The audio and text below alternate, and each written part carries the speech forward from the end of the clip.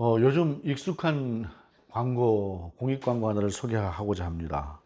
인류는 곧 비싼 기후 비용을 지불해야 합니다. 라고 하면서 나오는 광고가 있죠.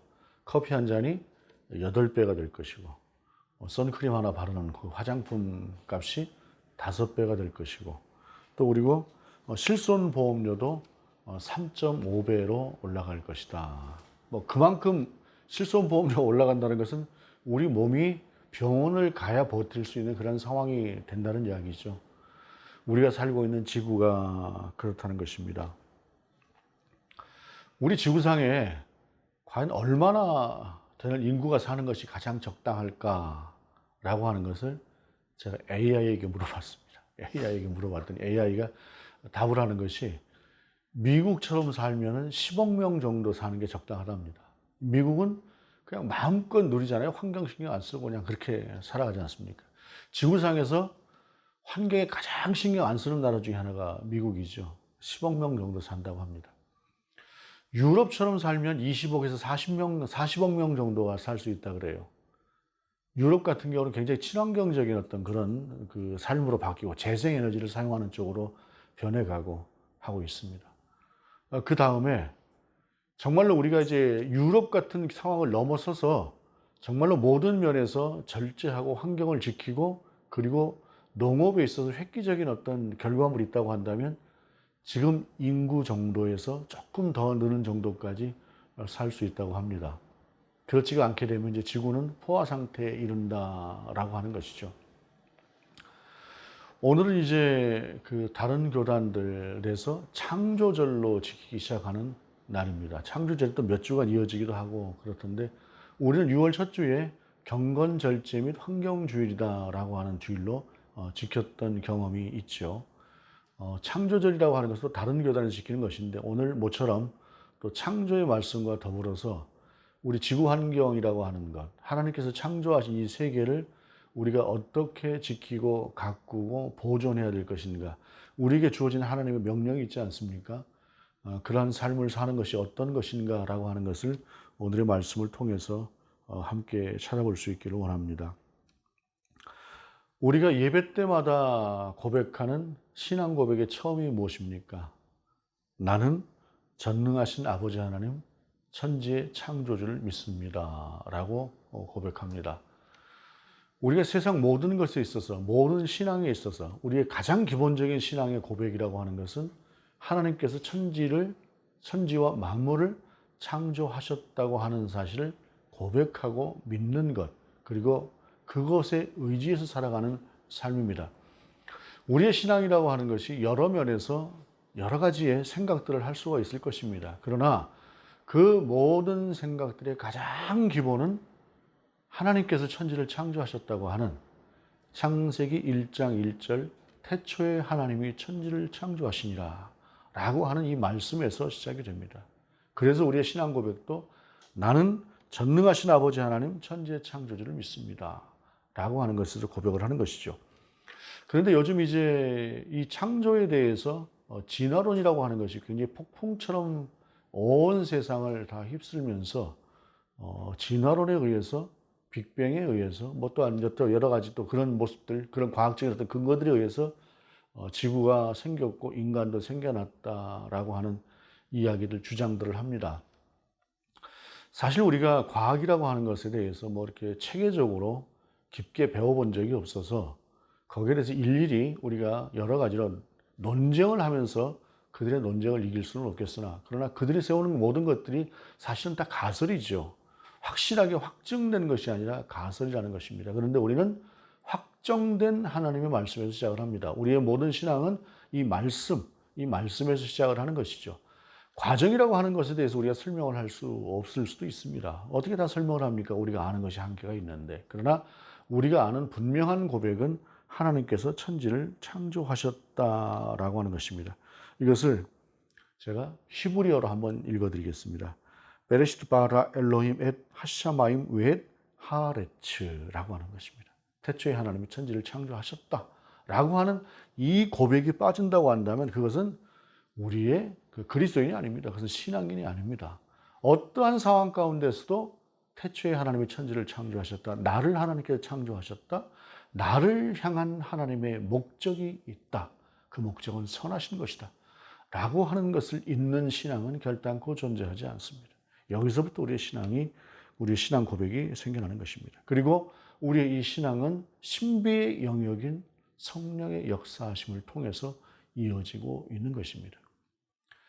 보이지도 않고 만져지지도 않는 하나님이시지만 그러나 그 어떤 것들보다도 더 강력하게 우리를 이끌어 가시는 그 성령의 능력, 성령의 체험으로 우리가 살아가는 것이다라는 것입니다. 성경은 우리의 세상의 천지와 만물을 하나님께서 6일 동안 창조하셨다라고 말씀을 하고 계십니다. 그 천지와 만물을 6일 동안 창조하셨다고 하는 하나님의 창조의 세계를 보게 되면 그 첫째 날에는 빛을 창조하셨지요. 그런데 넷째 날에는 그 빛을 내는 해와 달과 별들을 창조하셨습니다. 짝을 이루는 것입니다. 둘째 날에는 궁창을 창조하셨다고 하지요. 근데 다섯째 날에는 궁창에 하늘에는 날아다니는 새들을 창조하시고 궁창 아래 물에는 물속에 생활하는 물고기들을 창조하셨다고 짝을 맞춥니다. 그리고 셋째 날에는 땅을 창조하셨습니다. 그리고 거기에 식물이 자라나게 하셨는데 땅을 창조하신 것이 여섯째 날에는 그 식물을 먹을거리로 삼고 사는 동물들과 사람을 창조하셨다고 그 짝을 맞추고 있습니다. 성경이 언제 쓰여졌습니까? 이 성경이 창세기가 정말로 고대에 쓰여진 책입니다. 그 고대에 지금의 언어는 아니지만 하나님께서는 사람들에게 우리가 분명하게 알 수 있도록 짜임새 있게 하나님의 천지와 만물을 창조하셨다고 하는 것이 그냥 허투루 창조하신 것이 아니라 이렇게 체계적으로 창조하셨다라고 하는 것을 보여주는 것이죠. 그리고 이 창조의 세계라고 하는 것을 보게 되면 나눔과 채움이라고 하는 것으로 볼 수가 있어요. 첫째 날에는 빛과 어둠으로 나누셨죠. 그리고 둘째 날에는 그 빛과 어둠을 해와 달들로 채우셨어요.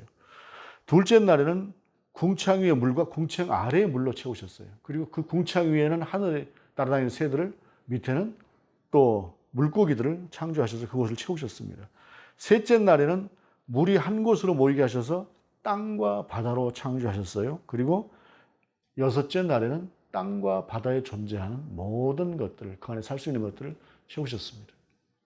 하나님의 이 천지와 창조의 세계를 보게 되면 비록 이것이 오늘날 과학적인 것하고는 좀 다를 수 있으나 분명하게 우리에게 체계적인 어떤 그런 모습들을 보여주시면서 하나님께서 그냥 허투루 창조하시지 않았다라고 하는 것을 우리 가운데 보여주고 계십니다. 그런데 특별히 사람을 창조하신 후에 하나님께서 말씀하신 것이 심히 좋았다라고 특별하게 우리를 대하셨습니다. 다른 모든 것들을 보고 좋았다, 보시기에 좋았다, 보시기에 좋았다라고 말씀하시는데 하나님께서 우리를 향해서는 심히 좋았다라고 하는 아주 극적인 그러한 찬탄을 하고 계시는 것을 볼 수가 있습니다. 그러면서 하나님께서 우리를 하나님의 형상으로 창조하셨습니다. 하나님의 형상으로 창조하셨는데 이 하나님의 형상이라고 하는 것이 대단히 중요한 의미를 갖습니다. 그 의미라고 하는 것이 무엇이냐? 고대 세계, 우리가 창세기가 쓰여졌을 만한 고대 세계에 있어서 하나님의 형상이다, 신의 형상이다라고 하는 존재는 오직 왕에게만 붙여지던 칭호입니다. 그냥 사람에게, 그냥 일반 보편적인 사람들에게 하나님의 형상으로 창조된 존재다라고 하는 말이 있을 수가 없어요. 예를 들자면 이집트의 왕 아멘오피스 3세라고 하는 것은 신의 살아있는 형상으로 불렸습니다. 땅에 놓아둔 신의 형상 정도로 인정이 되었다라고 하는 것입니다. 그리고 바벨론에서는 왕을 첼레밀루다라고 하는 말로 불렀는데 그것은 신의 형상이다라고 하는 것입니다. 오직 왕에게만 붙여지는 그 존귀한 칭호, 그 칭호를 하나님께서는 우리에게, 우리 모든 사람에게 빠짐없이 모두에게 하나님의 형상으로 지으셨다라고 하는 것을 이야기하는 것이죠. 고대 세계에 있어서 얼마나 지금 하나님께서 이 창세기 자체를 우리 가운데 주시면서 창조의 이야기를 주시면서 고등한 이야기를 우리 가운데 주고 계시는가. 여러분, 이 정도의 고등한 인격적인 사람 자체에 대한 그 존귀함을 나타내는 구절은 세상에 존재하지 않습니다. 그러므로 성경이라고 하는 것은 비록 과학이라고 하는 것을 우리가 이해할 만한 그러한 말씀은 아닌 그러한 말씀이지만 얼마나 이 안에 깊은 하나님의 통찰과 존귀하신 하나님의 사람에 대한 그 깊은 인격적인 그런 대우가 숨겨져 있는가, 담아져 있는가라고 하는 것을 알 수가 있습니다. 여러분, 그렇게 존귀하게 지어진 인생이기 때문에 하나님께서 인생을 지어놓고 가장 먼저 주시는 것이 무엇입니까? 그것이 복을 주시며라고 하는 것입니다. 제가 이제 인생을 가만히 이렇게 돌아보면 내 인생에 있어서 가장 행복했던 때가 언제일까라고 하는 것을 생각해 볼 때에 가장 행복했던 때가 여러분은 다 다를 수 있습니다. 다 다를 수 있는데 아이 낳고 키우고 할 때가 가장 행복했던 것 같습니다. 그때가 이 재정적으로 보게 되면 가장 가난했던 때였어요.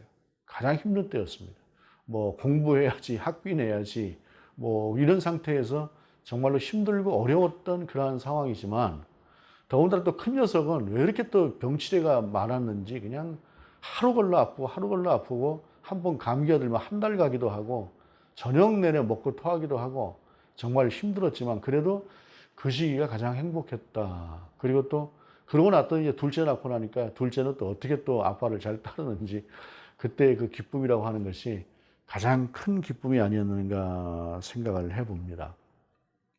하나님께서 천지와 만물을 창조하실 때도 그랬을 것이에요. 첫째 날 창조하시고 둘째 날 창조하시고 셋째 날 창조하시고 넷째 날, 다섯째 날, 여섯째 날 다 창조하신 후에 모든 것들을 완벽하게 구분해 놓은 다음에 그 다음에 당신의 형상으로 우리를 창조하셨어요.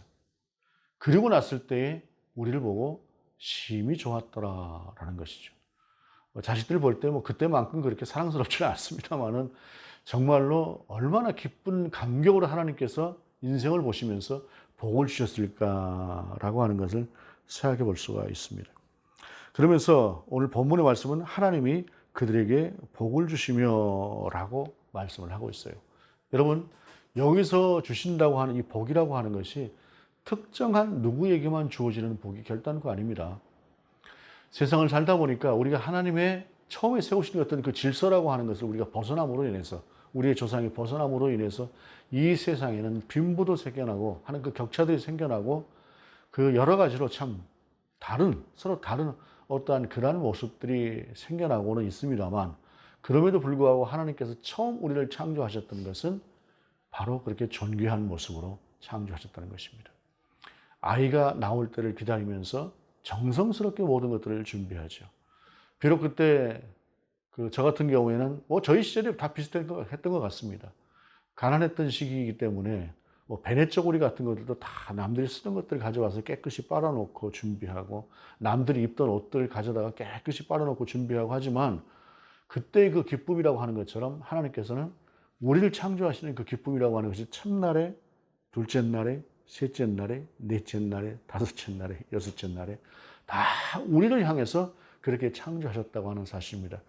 여러분, 저와 여러분이 그런 존재들입니다. 하나님 앞에서. 이게 우리 신앙의 정체성인 것이에요. 이것이 세워질 때에 우리가 결단코 세상을 사는 것이 가볍지가 않고 이것이 세워질 때 우리가 그리스도인으로서 세상 가운데 살아가는 삶의 자세라고 하는 것이 어떤 것이어야 하는가를 우리가 다시 한번 되새기게 된다는 것입니다. 그런 부모의 심정으로 그 심정보다 더 훨씬 더 큰 사랑으로 하나님께서 우리 인생을 창조하셨고 그들에게 복을 주셨다라는 것입니다. 그러면서 하나님께서 주신 첫 번째 복을 선언하시면서 말씀하신 것이 생육하고 번성하여 땅에 충만하라라고 하는 것입니다. 생육이라고 하는 것은 양적 증가죠. 번성이라고 하는 것도 마찬가지지만 이것은 출산과 관계되어진 것입니다. 많이 낳아라, 잘 낳아라 라는 것이죠. 태초에 남자와 여자를 창조하셨으니 그 하나님께서 지속적으로 번성하라라고 하는 것을 말씀하시는 것이죠. 조금 전에도 말씀을 드렸습니다만 그렇게 해서 지금 오늘날 80억 가까운 인구가 되었지요. 지구가 포화 상태가 되어진 것입니다. 그렇게 포화된 상태에서 이제 하나님께서 말씀하시는 번성이라고 하는 것은 생육하고 번성하라 라고 하는 것은 이제 이루어진 것 같습니다. 그런데 중요한 것은 무엇이냐면 생육하고 번성하라 라고 하는 것은 하나님의 형상을 가진 존재로서 생육하고 번성하라 라고 하는 의미입니다. 그렇지가 않고 하나님을 떠난 존재로서 생육하고 번성하라 라고 하는 것은 아니죠. 여러분 자식을 낳아서 잘 키웠습니다. 그런데 그 아이가 아비와 어미를 돌아보지 않고 혈연 관계, 부모 자식 관계를 떠나서 버리고 나가서 산다고 한다면 그때부터는 어떤 마음일까요? 하나님 앞에서 우리 인생이 하나님을 떠난 존재라고 한다면 그것은 하나님의 형상을 잃어버린 존재일 것입니다. 그러므로 오늘 본문 속에서 말씀하고 있는 생육하고 번성하라라고 하는 말씀이 어찌 보기든 외형적으로 이 땅 가운데 이루어진 것 같습니다. 더 이상 채워지면 안 될 만큼 이 지구가 가득 찼으니 그 말씀대로 이루어진 것 같으나 그러나 우리가 기억할 것은 우리가 돌아볼 것은 그것이 아니다라고 하는 사실입니다. 얼마나 많은 사람들이 하나님을 떠나고 태초에 하나님께서 당신의 형상대로 자신을 창조하셨다고 하는 그 하나님을 잃어버리고 살아가고 있습니까? 우리도 가끔 가다가 그 하나님을 많이 잊고 살기도 하지요. 그러나 잊었다가 우리는 다시 돌아옵니다. 여러분 부모 자식 관계라고 하는 것도 그렇지 않습니까? 때로는 깊은 사랑이 있지만 때로는 또 미울 때도 있죠. 그 미움이라고 하는 것이 지속적인 것은 분명히 아닙니다. 그러나 부모 자식의 관계라고 하는 것은 변하지 않습니다. 그러나 하나님을 떠난 그러한 존재라고 한다면, 그래서 하나님께로 돌아오지 않을 존재라고 한다면 그때는 생육하고 번성하고 땅에 충만하라고 한 하나님의 말씀과는 전혀 다른 그러한 관계가 되어지는 것이다라는 것입니다. 그러므로 생육하고 번성하는 그러한 삶이라고 하는 것이 어떤 것들인가? 이 땅에 그리스도의 복음을 전하는 삶이라고 하는 것을 살아내야 하는 우리의 의무라고 하는 것을 다시 한번 우리가 돌아보게 됩니다. 그러면서 땅을 정복하라, 바다의 물고기와 하늘의 새와 땅에 움직이는 모든 생물을 다스리라 하시니라. 우리 인생을 다스리는 자로 이 땅 가운데 세우셨다라고 하는 사실입니다. 그런데 여러분, 우리가 기억을 할 것이 있습니다. 하나님께서 우리를 당신의 형상으로 창조하셨어요. 그러면 당신의 형상으로 창조하신 우리를 향해서 땅에 있는 모든 것들을 정복하고 바다의 물고기, 하늘의 새와 땅에 움직이는 모든 생물을 다스리라고 하는 이 다스림이라고 하는 것은 어떤 다스림일까요?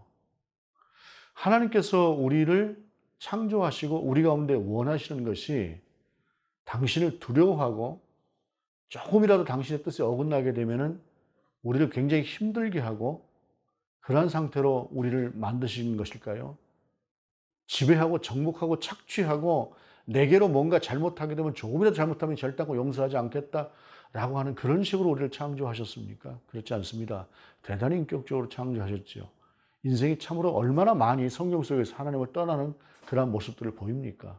그렇게 많이 떠나고 배신하고 함에도 불구하고 끝내 그들을 용서하시고 기다리시는 하나님을 뵙는 것처럼, 우리처럼 미약한 존재를 당신의 형상으로 창조하신 것처럼 우리도 당신께서 창조하신 이 피조물들에 대한 자세라고 하는 것이 그와 같은 모습을 가져야 된다라는 것입니다.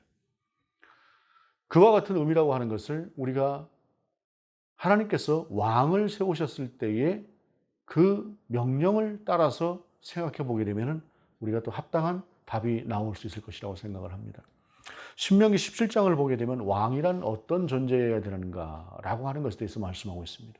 하나님께서는 원래 왕을 세우지 않으시려고 했죠. 그래서 창세기, 출애굽기, 레위기, 민수기, 신명기라고 하는 이 성경이 다 쓰여지고 나서 여호수아가 살던 그 시대까지 넘어서서 사사기의 시대까지 넘어서서 그 다음에 하나님께서 결국 사람에게 왕을 주셨지만 왕을 세우기 훨씬 이전에 신명기를 통해서 하나님께서는 왕이란 이런 존재여야 된다라고 말씀하셨습니다. 하나님께서 왕을 세우지 않으시겠다라고 말씀하셨던 것은 뭐냐면 우리 인생이 가지고 있는 필연적인 인간의 한계라고 하는 것이 무엇인가? 그것은 지배와 정복과 착취라고 하는 것으로 나아갈 수밖에 없기 때문에 하나님께서 하나님의 형상이신 당신의 존재를 귀하고 사랑스럽게 여기시면서 당신이 왕이 되어서 인생을 통치하시겠다고 말씀하셨던 것이죠. 그러나 그것이 안 된다고 하는 것을 또한 보여주셨던 것처럼 이미 그 훨씬 전에 하나님께서 신명기를 통해서 말씀하셨던 것이 있습니다. 그 말씀하셨던 것이 요약되는 내용을 보게 되면 먼저 하나님을 의지해라. 군사력을 의지하거나 외교를 의지하지 말라라고 말씀하셨습니다. 너는 나를 따라서 애굽으로 가지 말라라고 말씀하세요. 애굽으로 가지 말라라고 하는 것은 무슨 말씀이냐면은 하나님을 믿지 않고 애굽의 힘을 빌려서 어떻게 해보려고 하는 그러한 짓을 하지 말라는 것입니다. 이것은 외교로 무엇인가를 해결해 보려고 하지 마라. 나를 통해서 해결을 받으려고 해라. 라고 하는 하나님의 명령이셨습니다. 그 다음에 재물을 많이 축적하지 말라고 말씀하셨습니다. 재물을 많이 축적해서 백성들의 고혈을 빨아서 너만 잘 먹고 잘 살겠다고 하지 말아라. 라고 하는 것이 하나님의 뜻이었고, 또한 아내를 열어두지 마라. 라고 하는 것입니다. 왕이기에 아마도 어느 정도까지는 하나님께서 허용을 하신 것이 맞는 것 같습니다. 그러나 많이 두어서 거기에 빠져서 허우적대지 마라. 라고 하는 것을 말씀하셨습니다. 왕에게도 하나님께서 엄격한 기준을 주셨고, 그러한 왕에게 하나님께서 원하셨던 것은 당신을 대신해서 당신의 마음으로 당신의 백성을 다스려라 라고 하는 것이 하나님께서 왕에게 주신 명령이었습니다. 그와 마찬가지로 비록 그것을 왕들이 나중에 많이 떠나게 됩니다만, 우리가 왕처럼 세우신 당신의 존귀하신 하나님의 형상으로서 천지와 만물을 바라보면서 우리가 대해야 되는 것은 바로 그와 같은 자세로, 돌봄의 자세로 세상 가운데 서야 된다는 것입니다. 가장 먼저는 어떤 것들일까요? 더불어 함께 살아가는 같은 하나님의 형상된 존재들을 향해서 그와 같은 모습을 가져야 한다라고 하는 사실입니다. 성경 안에서 절대로 사람은 급이 다르지 않습니다. 사람이 파괴되어오는 그 질서가 나중에 빈부를 만들고 부귀와 귀천을 만들겠지만은, 그러나 하나님께서 만드신 세상은 결단코 그와 같은 것이 없습니다. 우리가 잘 알고 있는 희년이 있지 않습니까? 50년째 되는 해에, 그 해에는 종으로 팔렸던 사람도 노임을 받고 돈이 없어서 팔아먹은 땅도 다시 원주인에게 돌아가는 것, 이것이 하나님의 법이었습니다. 그래서 이스라엘은 토지를 매매할 때도 희년이 40년 남은 토지하고 20년 남은 토지하고 10년 남은 토지하고 1년 남은 토지하고 토지 매매 가격이 달랐습니다. 왜냐하면 50년째 되는 그 주인에게 돌려주어야 하는 것이니까요. 이것이 하나님의 법이었습니다. 하나님께서는 누구나가 다 공평하게 하나님의 은혜를 누리면서 살아가기를 원했던 것이죠. 이 정신이라고 하는 것이 그리스도인의 정신이 되어야 하는 것입니다. 젊은 청년들 같은 경우에 미래가 창창하지 않습니까? 하나님께서 어떤 것들로 막히실지 모를 것입니다. 그러나 하나님께서 정말로 무엇인가 좀 큰 것들을 맡기셨다고 할 때 이 정신을 결단코 잊으면 안 된다는 것입니다.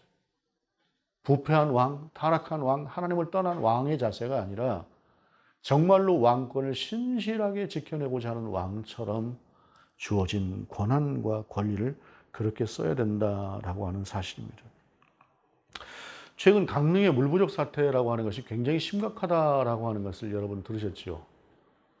지금 저수위라고 하는 것이 10%대 정도로 돼서 조금 더 지나고 나면 정말로 심각한 상태가 되는 것 같습니다. 1인당 그 2리터짜리 6병 들어있는 물을 2개씩 나눠주고 그것으로 또 식수를 하면서 버티고 해야 되고 생활용수는 부족해지고 하는 그런 상태가 지금 되고 있다고 합니다. 여러분, 이런 상태가 이 21세기에도 벌어지고 있습니다. 이것이 기후 환경하고 관련이 있다, 꼭 그런 얘기는 아닐 수 있겠으나, 그러나 우리가 기후 환경이라고 하는 것이 최악이 된다고 한다면 모든 세상이 그렇게 될 수도 있지 않겠나라고 하는 생각도 해봅니다. 여러분, 우리가 물 마음껏 쓰지 않습니까? 여름에도 물을 또 펑펑 쓰고, 그래서 그 물값이라고 하는 것도 사실은 어떻게 보기든 비싸다고 할 수도 있겠지만 어떻게 보면 정말로 싼 것이 물값이다라고 생각을 할 수가 있어요. 그런데 그런 물을 마음 놓고 쓸 수 없는 세상이 될 수도 있습니다. 하나님께서 창조하신 이 세상에 대해서 우리가 그저 단순하게 그냥 있는 것 그대로 다 누리고 살아가는 그러한 것이 우리에게 주어진 복이다라고 하는 것은 그리스도인이 생각하는 진정한 복이 아닙니다. 생육하고 번성하라, 땅에 충만하라, 땅에 있는 모든 것들을 다스려라 라고 하는 것이, 그 정복이라고 하는 것이, 그 다스림이라고 하는 것이 착취의 개념은 아니다라고 하는 사실입니다. 왕이라고 하는 존재가 세워졌다고 할 때 그 왕이라고 하는 존재가 백성들을 착취하는 대상으로 여기면 안 되는 것처럼 우리도 자연을 향해서 그와 같다라는 사실입니다. 물론 우리의 지체된 이웃들을 향해서도 더할 것입니다. 그런 상황이라고 하는 것을 우리가 돌아보면서 그중에서도 우리가 또한 특별히 기억해야 될 것은 세상을 살아가면서 우리의 삶이라고 하는 것이 평탄치 않을 때도 있지 않습니까? 사실 언제 어떤 상황이라고 하는 것이 돌발적으로 터짐으로 인해서 아유 이만하면 그래도 좀 낫다라고 하는 것이 그냥 바뀌는 그런 현상이라고 하는 것들을 볼 때도 있습니다. 그래서 인생에 우여곡절이 있는 것이죠. 그런데 그 어떤 상황 가운데서 또한 우리가 기억해야 될 것이 있습니다. 그것은 무엇이냐면 태초에 하나님이 천지를 창조하셨다라고 하는 사실입니다. 그리고 창조하실 때 나라고 하는 존재에 대해서 하나님께서 창조하신 것은 존귀한 하나님의 형상으로 창조하셨다라고 하는 사실입니다. 그래서 우리의 신앙은 그 어떤 상황, 그 어떤 여건 가운데서도 흔들리고 좌절할 수 있으나 그러나 다시 돌아와야 되는 것은 태초에 하나님이 천지를 창조하셨다. 나를 하나님의 형상으로 창조하셨다라고 하는 이 사실로 다시 돌아오는 것입니다. 그러면서 그 하나님께서 우리 가운데 명령하신 그 명령을 다시 한번 우리 삶 속에서 되새기고 헤아리면서 내게 주어진 만큼 그 일들을 감당해야 된다라고 하는 것입니다. 그러기 위해서 가장 먼저 해야 될 것이 무엇일까요? 창조의 질서 속에서 우리가 천지를 창조 모든 피조물들을 우리가 보존하는 것도 중요하겠지만 그보다 먼저 내가 하나님의 형상으로서 회복되어지는 것이 먼저 필요할 것입니다. 그 회복된 형상으로서 또한 우리가 하나님께서 창조하신 세계에 대해서 우리가 그와 같은 의무를 가지고 살아내는 그런 삶을 사는 것입니다. 우리가 작년에 그 기후 악당상을 받았다 그래요. 우리나라가. 기후 악당상이라고 하는 것이 우리가 경제적인 여건이나 그 모든 것들이 재생에너지를 쓰는 것부터 시작을 해서 그 모든 것들이 환경에 맞게끔 말하자면 유럽이 지금 그렇게 하고 있는 것처럼 그렇게 쓸 수 있는 나라가 되었음에도 불구하고 그렇지가 않고 있어서 기후 악당상이라고 하는 상을 받았다라는 것입니다. 그것도 유엔에서 그 유엔의 어떤 한 기구에서 준 상이더라고요. 그 상황이라고 하는 것이 참 상치고는 참 떳떳하거나 자랑스럽지 않은 그런 상이지 않습니까? 그러니까 우리가 참 그런 쪽에서 어찌 보게 되면 너무 좀 멀리 와 있어서 너무 신경 쓰지 않고 살아서 그런 것 같다라고 하는 생각을 합니다.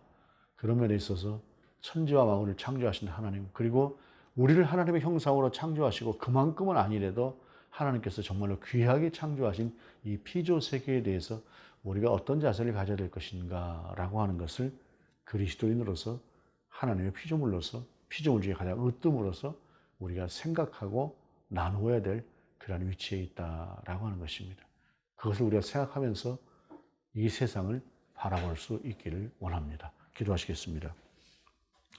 존귀하신 아버지 하나님, 당신이 창조하신 귀하고 영광스러운 하나님의 형상인 우리를 먼저 회복하게 하시옵소서. 그리고 하나님께서 귀하게 또한 창조하신 당신의 피조물들을 향해서 우리가 어떤 자세로 살아야 될 것인가 하나하나 깨달아가며 더불어 함께 살아가는 우리가 되게 하시옵소서. 주 예수 그리스도의 이름으로 기도드립니다. 아멘.